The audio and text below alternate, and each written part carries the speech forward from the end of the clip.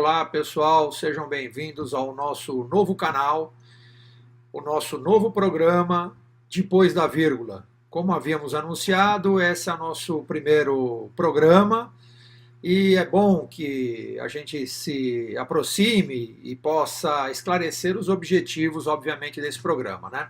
Então, os objetivos gerais desse programa certamente será discutir a nossa relação com as notícias do nosso país, especificamente da área de estratégia, área econômica, área política. Esse será o nosso grande objetivo, trazendo um contraponto importante para aqueles que são os nossos leitores. A ideia de fazer esse programa, e por isso é que eu vou tomar um pouquinho o tempo de vocês agora nesse início desse programa inaugural, que marca uma nova era do nosso blog, o blog Prof. Madias. A ideia é, primeiro, uma ideia de criar um novo canal, uma nova ferramenta. Essa ferramenta ela visa, obviamente, dar uma dinâmica maior, que não haja uma dependência exclusiva de um texto no final do mês, como normalmente isso ocorre há 8 anos. Há 8 anos o blog está no ar, há 8 anos ele partilha informações do nosso cotidiano importantes, mostrando o contraponto da notícia, sem, obviamente, macular ou dar uma versão que não seja, obviamente, uma versão verdadeira. Um dos principais objetivos, ainda que naquela época não existia esse burburinho, é combater a notícia falsa, o fake news, né? Então a ideia de fazer, obviamente, uma nova leitura dos dados é trazer uma linguagem mais fluida, uma linguagem mais popular para os nossos leitores, né? Então, nesse primeiro programa, a gente vai estar apresentando, obviamente, os objetivos desse programa, que é exatamente trazer um contraponto, seja ele de ordem política, seja ele de ordem econômica, seja ele de ordem estratégica. O papel desse canal é trazer uma transparência maior. Nesse primeiro programa, né, nós vamos trabalhar, como já havíamos prometido, a formação da nova equipe econômica, aquela que vai ocorrer a partir de janeiro próximo, né, do novo governo do então presidente, né, o então presidente eleito, Jair Messias Bolsonaro.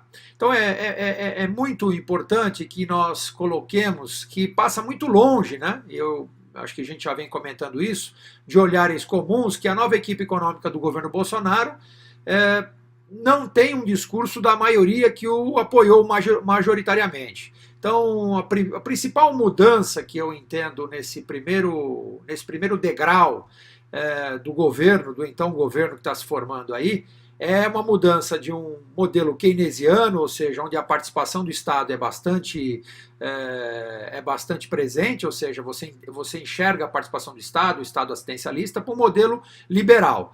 Isso já é possível, né, nós percebermos pela própria montagem da equipe, né? O novo superministro, como é chamado, né, ele é formado, ele é PhD pela Universidade de Chicago, considerada uma referência do pensamento liberal, né? A sua equipe, predominantemente, será uma equipe de Chicago Boys, né?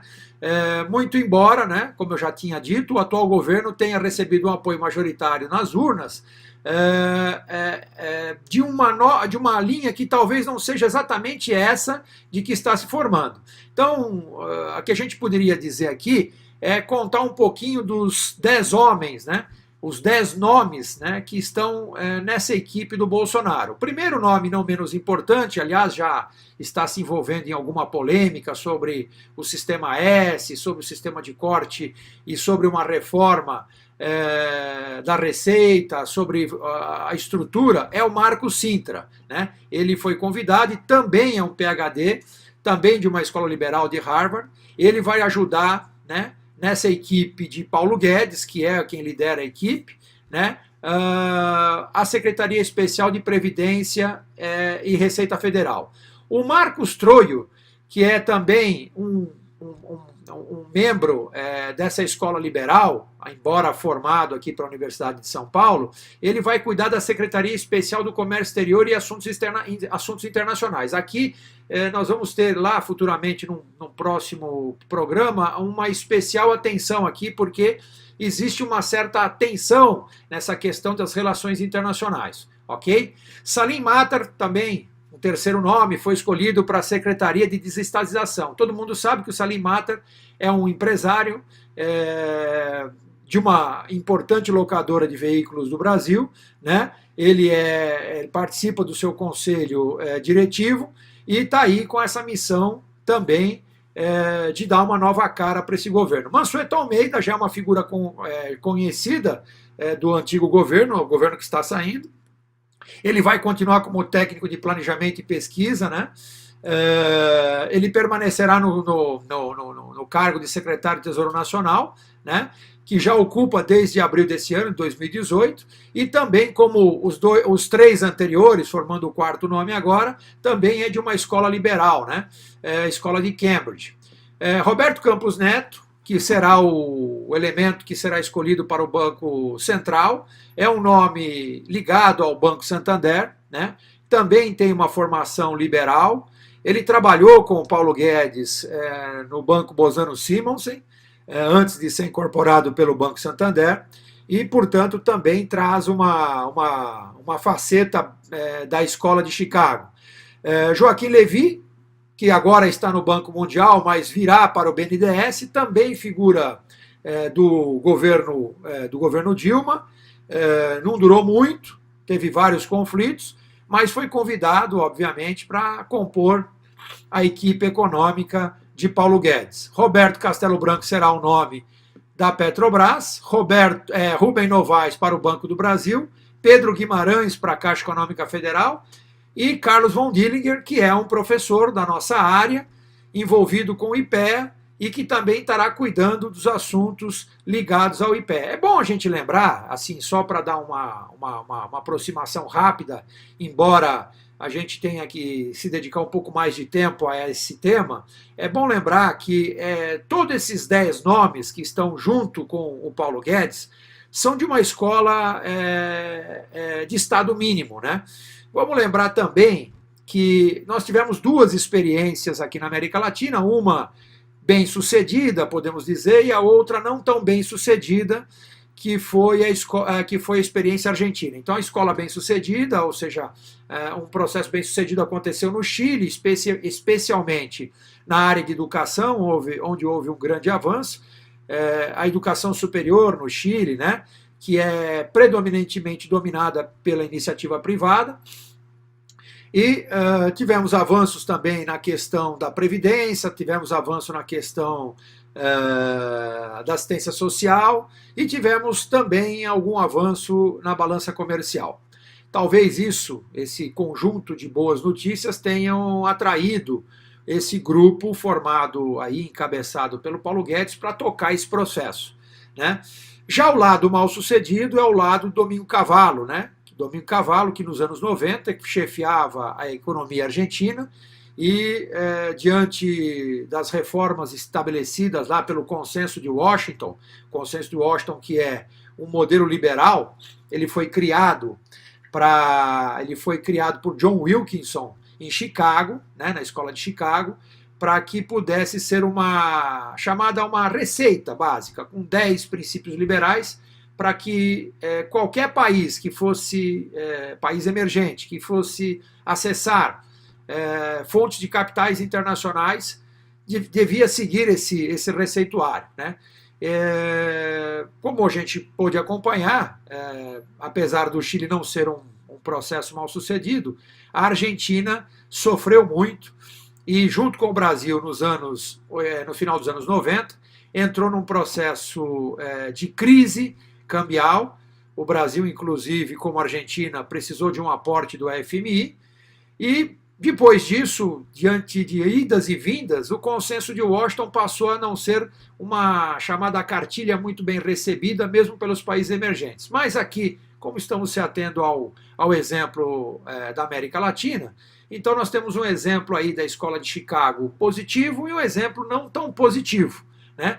Lembrando que o Brasil aí, aquele país, o Brasil como um dos países que entrou em crise, não representava uma escola amplamente liberal. Havia um certo keynesianismo no modelo dos primeiros 4 anos do governo Fernando Henrique Cardoso, com a reforma da unidade monetária, e depois, no segundo ano, já com a sua reeleição, já não tem um momento muito feliz e muito bacana, porque aí nós tivemos um problema cambial, tivemos pressão sobre as contas externas e levou isso ao Brasil ter vários problemas, né?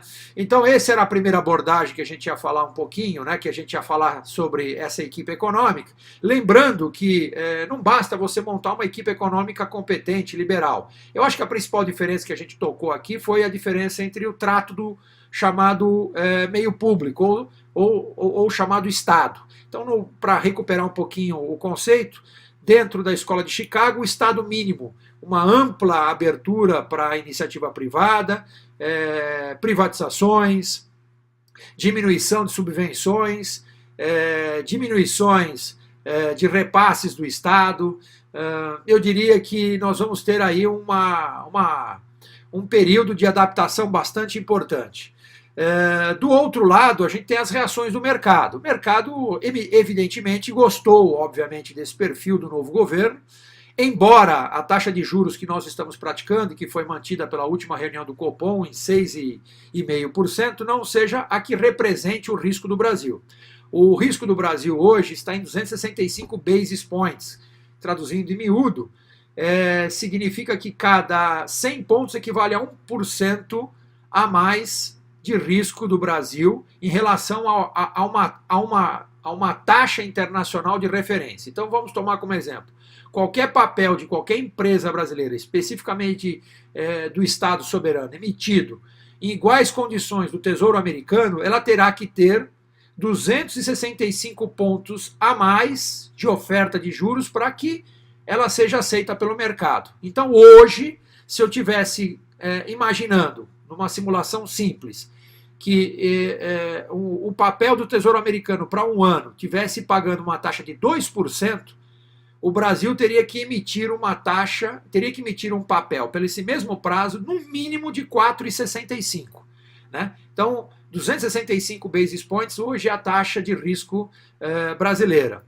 Não é uma taxa, evidentemente, alarmante, mas isso denota uma certa preocupação. Lembrando que esses juros de 6,5%, na prática, representam uma janela, ou seja, representam um prêmio para o investidor da ordem de 2 a 2,25% descontado a inflação. Mesmo que a inflação se torne baixa, este prêmio, como pode ser observado aí, 2,25%, está inferior ao prêmio de qualquer papel emitido internacionalmente, que é de 2,65%. Então significa dizer que há muito pouco espaço para redução de juros. Eu diria até que no nosso próximo ano nós teremos um aumento de juros, para que o fluxo de capital seja mantido aqui no Brasil. Bom, pessoal, por hoje, em relação à equipe econômica, é só.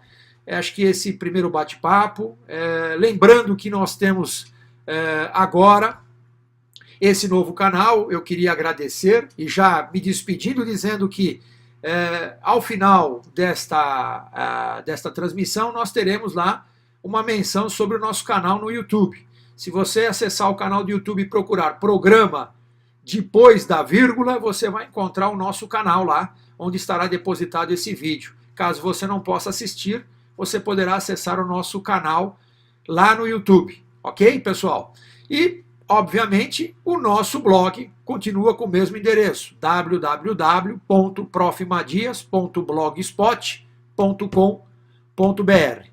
Quero desejar a todos um feliz 2019, um feliz Natal, e estaremos certamente juntos nessa jornada no ano de 2019, apresentando temas de interesse dos nossos leitores. Muito obrigado e um grande ano para todos nós. Tchau!